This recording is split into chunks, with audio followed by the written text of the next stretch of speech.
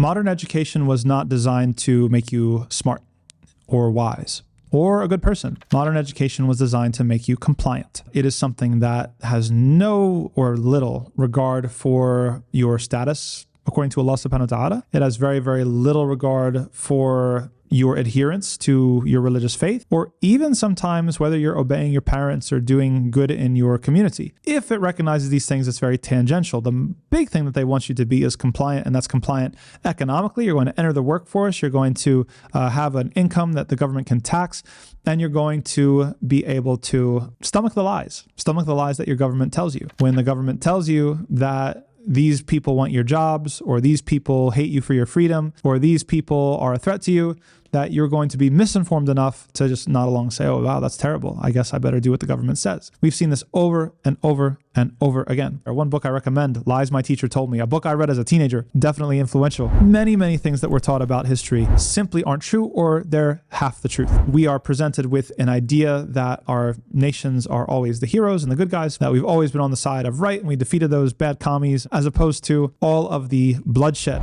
And sometimes, it's really fascinating to see the asymmetry. I remember when the biggest thing in the news, ISIS, were doing horrible, horrible things to women. But in a post-Epstein age, we found out that our elite are doing the same or worse to women. We don't talk about Epstein's sex slaves in the same way, with the same further. Doesn't justify military intervention. None of that makes the history books. Oops, sorry. I guess that's not convenient for making you a compliant citizen. It is something that makes you critical. It's something that makes you question. And Islam has a different understanding of education that is more empowering. And it's not meant to turn you into a sheep. It's not meant to turn you into someone who is compliant, because it never divorces the ethical and moral dimension from your education. This unfolding reality compels us to ask, what is our responsibility before God in this age of the Anthropocene?